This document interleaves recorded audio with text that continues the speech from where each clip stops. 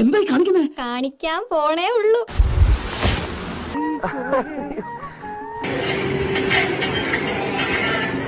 ഇതിനൊരു നാണമില്ലേ? ശരീരത്തിന്റെ മുൻവശം കണ്ടിട്ട് ഗായത്രി ആണെന്ന് തോന്നണേ. I'm sweating, guys. I'm sweating.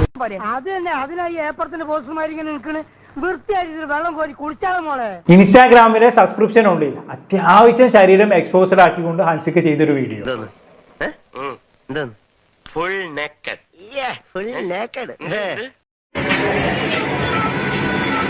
എനിക്കിനി കൺട്രോൾ ചെയ്യാൻ വയ്യ. കുറച്ച് ഡീസന്റ് ആയിട്ട് അടക്കൊതുക്കായിട്ടൊക്കെ നടക്ക്, ഇട്ട് കുലുക്കല്ലേ. ഒരു വീഡിയോ ലീക്ക് ആയതിന് പിന്നാലെ ഹൻസികയുടെ സബ്സ്ക്രിപ്ഷൻ എടുക്കാൻ വേണ്ടി ജനം തിക്കും തിരക്കും കൂട്ടുന്നു. സോഷ്യൽ മീഡിയയുടെ അമിത ഉപയോഗം നിയന്ത്രിക്കണമെന്ന് താൻ മക്കളോട് ഇടയ്ക്കിടെ ഉപദേശിക്കാറുണ്ടെന്നൊക്കെ കൃഷ്ണകുമാർ പണ്ടൊരു ഇന്റർവ്യൂല് പറഞ്ഞിട്ടുണ്ടായി. ഞാനൊന്നും പറഞ്ഞിട്ടില്ല. മുതലാളി ഒരു പ്രാവശ്യം പറഞ്ഞിട്ടുണ്ട് ബോട്ടിൽ വെച്ചേ. മുതലാളി മറന്നുപോയതാ. കൂൾ ഡാഡി എന്നാണ് പറയാറ്. ഇപ്പൊ പൊതുവിൽ യൂസ് ചെയ്യുന്ന ഒരു ഡയലോഗ് ഉണ്ടല്ലോ, തന്ത വൈബ് അല്ല വൈബ് തന്നാന്ന് പറഞ്ഞു. ഞാൻ ഈ പത്രക്കാരെ കൊണ്ട് തോറ്റു.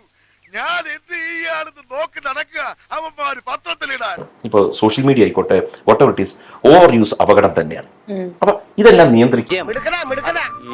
അതെ, നിയന്ത്രിച്ച് ഒടുവിൽ മകൾ സോഷ്യൽ മീഡിയയിൽ പോയി തുണയിച്ചിടുന്നത് വരെ എത്തിയ കാര്യങ്ങൾ. ദിയാകൃഷ്ണ ആണെങ്കിൽ ഫാമിലി വ്ലോഗ് ചെയ്ത് പ്രസവം വരെ സോഷ്യൽ മീഡിയയിൽ പോസ്റ്റ് ചെയ്തു. ഹൻസിക ആണെങ്കിലോ ഇപ്പൊ അത് എങ്ങനെയുമായി. വല്ലാത്തൊരവസ്ഥ തന്നെ.